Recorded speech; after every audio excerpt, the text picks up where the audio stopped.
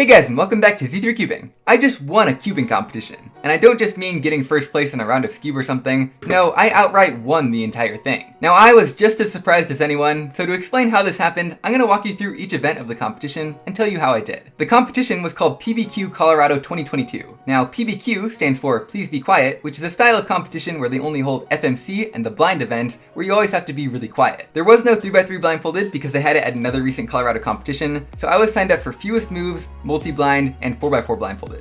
I'm not quite ready to attempt 5 blind yet. First, let's talk about multi-blind, the event where you memorize and solve multiple Rubik's Cubes blindfolded. Now I had attempted this in competitions a couple times before, but I never got a success. I only ever solved 1 cube out of 2, which is considered a DNF because, well, you didn't solve multiple cubes. So once again, just going for my first success, I submitted 2 cubes and attempted to solve them blindfolded. I felt okay about the attempt as I was doing it. I sort of expected something to go wrong, but sure enough, I guess third competition's a charm because I got it. A perfect 2 points in just under 15 minutes, which all in all, I am very happy with as a first attempt. Now the cool thing was, this competition actually had time for 2 attempts of multi-blind, so for my second attempt, I decided to just YOLO it and submit 4 cubes. Now just for reference, blind solving a 3x3 requires memorizing around 20 letters. Basically you pair them up into words and make a little story out of them that's easy to remember. Whereas blind solving a 4x4, the biggest thing I've done successfully, requires around 50 letters. So that means solving 4 cubes multi-blind requires close to 80 letters, which is way more than I've even attempted before. Plus, for 4 cubes, you only get 40 minutes, which would be cutting it close to my PB for 4 blind, which again is a lot easier.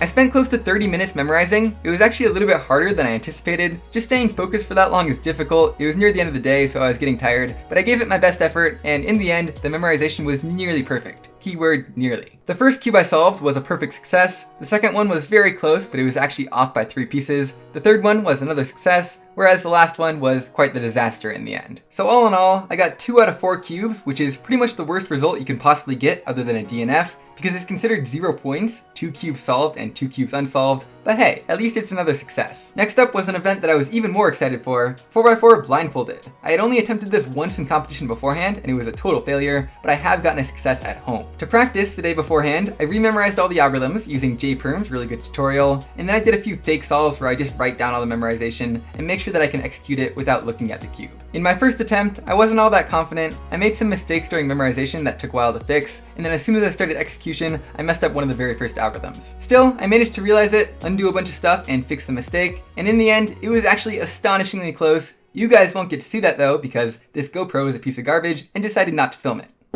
But in the end, the cube looked something like this, off by 3 corners. You may have noticed that a 4x4 has a lot less corners than it does edges or centers, and so yes, I literally messed up on the very easiest part. And to make it worse, after the attempt, I actually wrote down everything that I memorized, and then later on I tried it on the same scramble, and it worked perfectly. So it was actually an execution mistake that I made in the last minute of the solve that cost me my first 4 blind success. But everything is fine, because I have one more attempt, right? So I get my cube, I start memorizing it. It actually goes a lot smoother than the first solve. I think my overall time was 33 minutes instead of 37. It's a little bit harder to memorize the second time around because these solves are pretty much back to back, so it's easy to get stuff mixed up from the previous solve. But everything is going very well. I start execution, everything goes very well once again. I finish all the centers, finish all the edges, and then I get to corners. I still recalled everything perfectly, but as I was executing, I reached a letter pair that just didn't make any sense to me. I knew I had to have memorized it wrong, and so I improvised by changing one of the letters to something else nearby. But it turns out that I chose the wrong letter. It was actually the other one that was wrong. And so you know what that means. At the end of my second and final 4 blind attempt of the day, I ended up with 3 messed up corners, just like on the first solve. That's right, I did all the hard part correctly, and then at the very end, messed up 1 letter out of 50 something,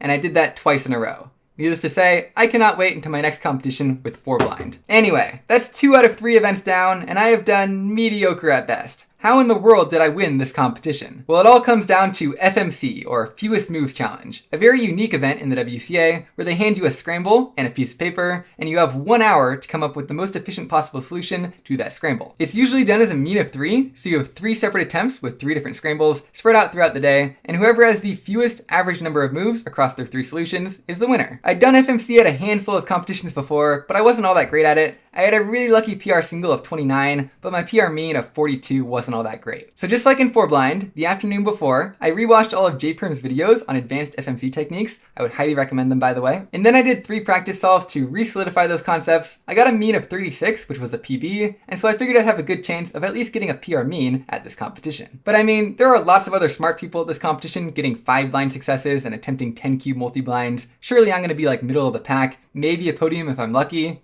That's what I thought, at least. Now, obviously, there's not much point in filming a round of FMC, so instead of just spoiling how I did, I want to show you each one of the scrambles and do a quick walkthrough of how I solved it. Now, my first attempt was by far the worst, not only in number of moves, but also just the technique felt kind of janky and inefficient, but here's how it goes. So this scramble has an obvious pair down here, but it's kind of in an awkward spot to insert it. So first, I'm going to do an L to make a new pair right here, U2 to match this piece up, and then a B to match that all up. Now before I move this square to line up the centers, I first need to put this edge in, which I could just do like this, but instead first I'm going to do an L prime move, and then a U to line up this edge right here, then another L2, B, and L2 to line that up. And you can see over here that we've also preserved this pair that we had originally, so we can just do a few moves like this to insert it, and that is a 12 move 2x2x3, which is not terrible. Now I didn't really see anywhere great to go from here. There is this pair right here, but it's really awkward to insert, like 7 moves. Like that, and that gives you a really bad dot case, so I wasn't going to do that. Instead, there's an advanced FMC technique called NIS, Normal Inverse Scramble Switch. The details aren't important, but it's pretty easy to do. Essentially, it lets you, at any point during your solve, switch to a slightly different scramble that may or may not give you a slightly easier case. So let's try it. And there we go. As you can see, we still have this 2x2x3 block here, but the rest of the scramble is a little bit different. We now have a slightly different pair right here. It's still kind of awkward to insert, but I'm just going to do it anyways. Basically, I'm going to do a couple moves like this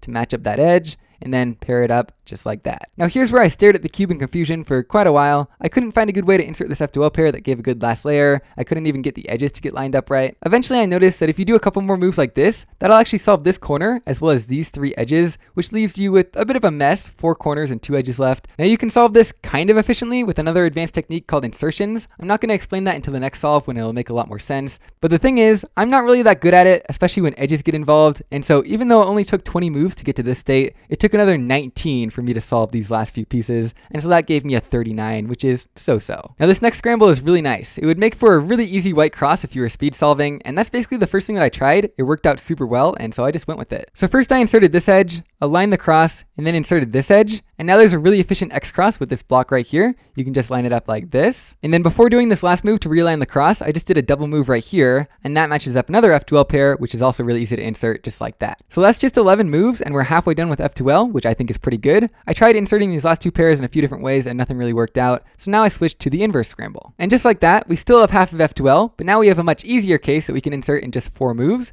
just like that. This is where things start to get a little bit less efficient. Basically, I just did a bunch of moves trying to orient edges and put them in the right spot like this, and eventually that got me to 4 remaining corners. Now this is where insertions come in again. This is definitely a better case than last solve. Ideally, you'd want just 3 corners remaining, but we can definitely work with 4. So first, you take all the moves that you've done so far, and that's called your skeleton. Now right now we are actually on the inverse scramble, which means that we have to mess around with things a little bit to get back to the normal scramble. Let's do that real quick. I just applied my skeleton to the normal scramble. We still have 4 corners unsolved. They're just in a slightly different spot now. Now what I would do is take a look and say that, okay, these 2 corners need to be swapped and these 2 corners need to be swapped. So I put some stickers on these 2 pieces and some stickers on these 2 pieces. Then you solve the cube and apply the scramble again. And this time, as you're working through your skeleton step by step, after each move, you look at where all these pieces end up on the cube because they're going to be in all random spots. And you try and find the best position where you can swap all these pieces around the most efficiently. Because of course, you don't have to swap them around at the very end. You can do it at any point during your solve. And so the cool thing is, because there's so many efficient ways to swap around corners during your solve, you can usually find a spot during your skeleton where doing the algorithm to swap around the pieces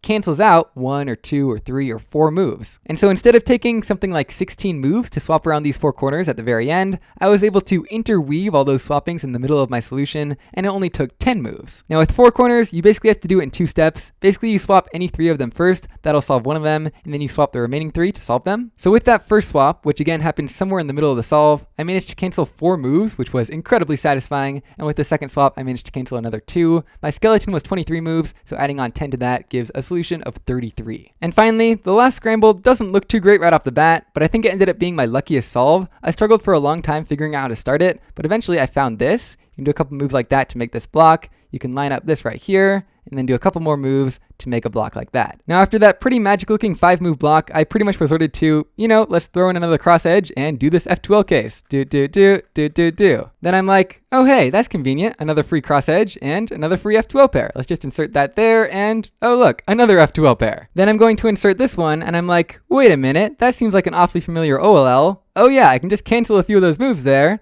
Finish it off, and there we go, we have a U-perm. So now, even if you just do the beginner U-perm like this, which happens to be the most move efficient, that gives you a 32 move solution, which is absolute insanity. Again, I used insertions, which is a lot trickier with edges, but basically I marked up those 3 pieces and went through my skeleton, and I found one slightly more efficient way to do it in 31 moves. Needless to say, that last solve was incredibly lucky, but that's kind of what you need to do in FMC sometimes, is go through a bunch of solutions and find the lucky ones. So 39, 33, and 31. A nice PR mean of 34.33. And what's that? First place? How did that happen? So apparently I won FMC. Yeah, I definitely got a little bit lucky, but I didn't expect a mid-30 average to be all that competitive. But the cool thing is, not only is this the first round of a competition I've got first place in since 2017 when Pyraminx and Ski were less competitive, but winning FMC actually meant that I won the whole competition. Let me explain. Every WCA competition has a main event, and 95% of the time it's just 3x3. So whoever wins the final round of 3x3, on the website it'll say, so-and-so won with an average of 8 seconds or whatever. Now because this was a special competition and didn't have 3x3, the organizers decided to make FMC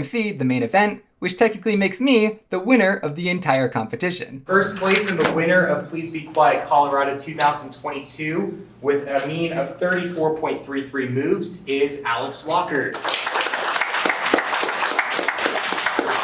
And sure enough, if you look at the website for PBQ Colorado 2022, it'll say Alex Walker won with a mean of 34.33 moves. Anyway, I guess I can't complain about how I did at the competition anymore. I wonder if that's good enough to get into FMC at North American Championships. It's the top 80 people who register, so we'll have to wait and see. So yeah, that's pretty much it for this competition video with a very unexpected title. I hope you all enjoyed, and I'll see you guys next time.